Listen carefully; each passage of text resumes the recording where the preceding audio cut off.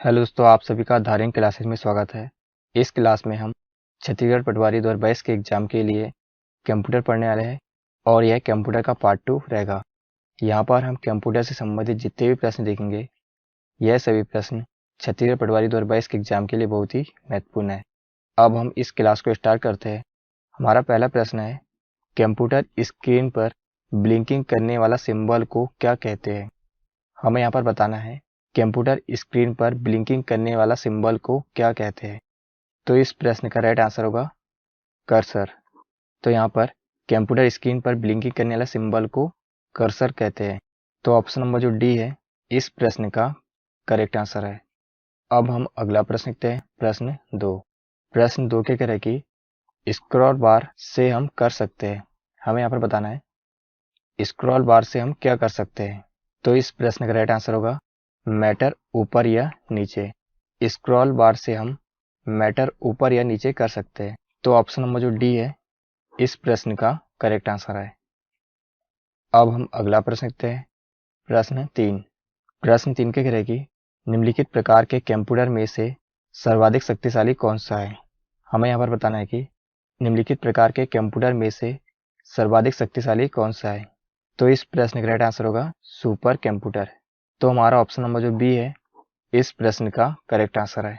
अब हम अगला प्रश्न देखते हैं, प्रश्न 4। प्रश्न 4 के कह रहे कि ट्रैक बॉल किसका एक उदाहरण है। हमें यहाँ पर बताना है ट्रैक बॉल किसका एक उदाहरण है।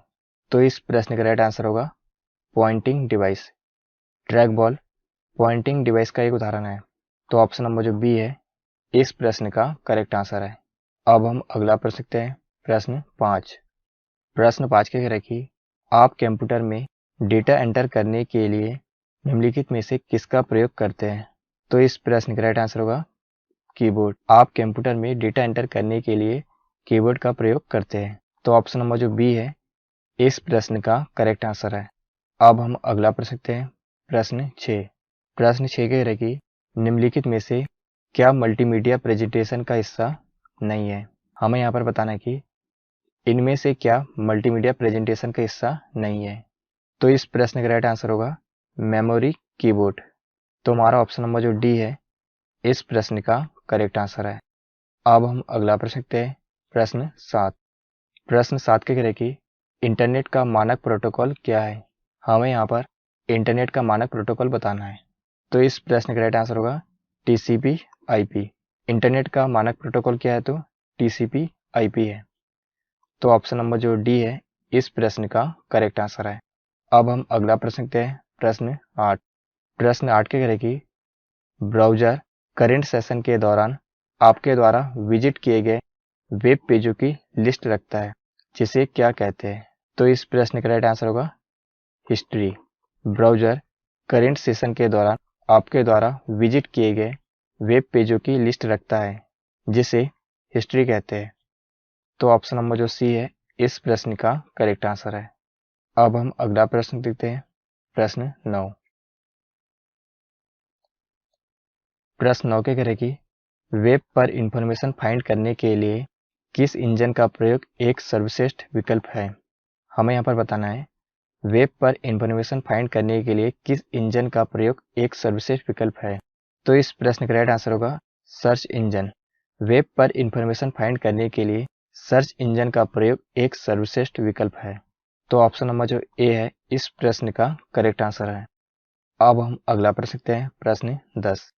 प्रश्न 10 के कह रहे हैं कि निम्न में से एप्पल द्वारा कौन सा ग्राफिकल वेब ब्राउजर विकसित किया गया है।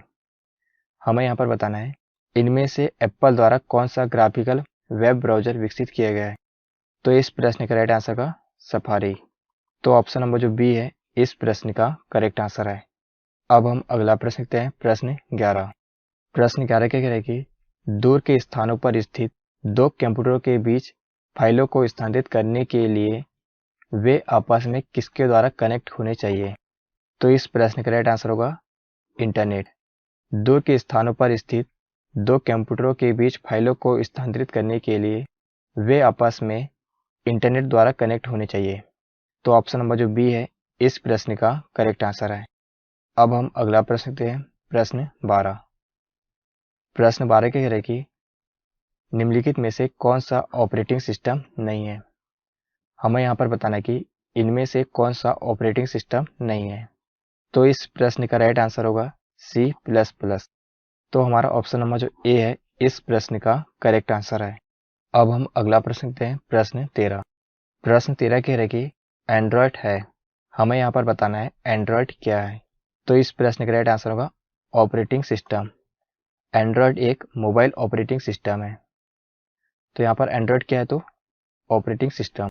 तो ऑप्शन नंबर जो डी है इस प्रश्न का करेक्ट आंसर है। अब हम अगला प्रश्न देखते हैं, प्रश्न 14।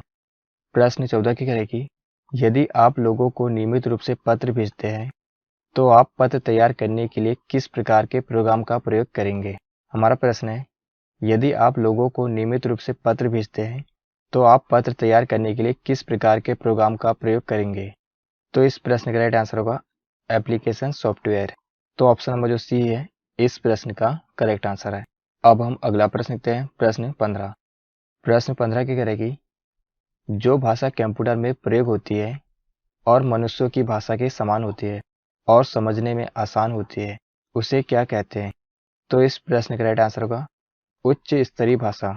जो भाषा कंप्यूटर में प्रयोग होती है और मनुष्यों की भाषा के समान होती है और समझने में आसान होती है, उसे उच्च स्तरीय भाषा कहते हैं।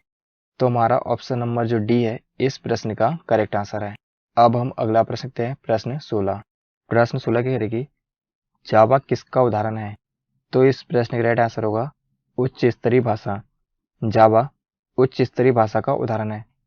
तो हमारा ऑप्शन नंबर जो सी है इस प्रश्न का करेक्ट आंसर है। अब हम अगला प्रश्न देखते हैं, प्रश्न 17।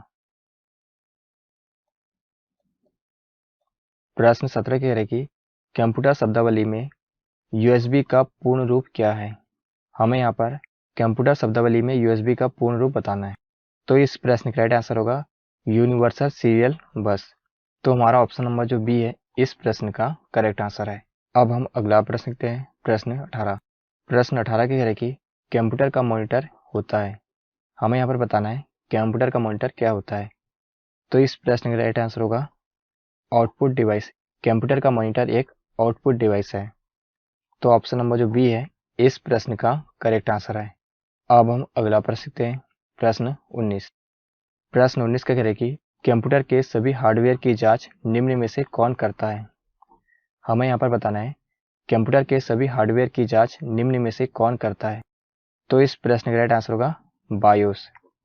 कंप्यूटर के सभी हार्डवेयर की जांच बायोस करता है। तो ऑप्शन नंबर जो सी है इस प्रश्न का करेक्ट आंसर है। अब हम अगला प्रश्न देखते हैं, प्रश्न 20। प्रश्न 20 का कह रहे कि सीपीयू और आईओ के बीच सिग्नलों के मूवमेंट को कौन नियंत्रित करता है? तो इस प्रश्न का राइट आंसर होगा कंट्रोल यूनिट। सीपीयू और आईओ के बीच सिग्नलों के मूवमेंट को कंट्रोल यूनिट नियंत्रित करता है।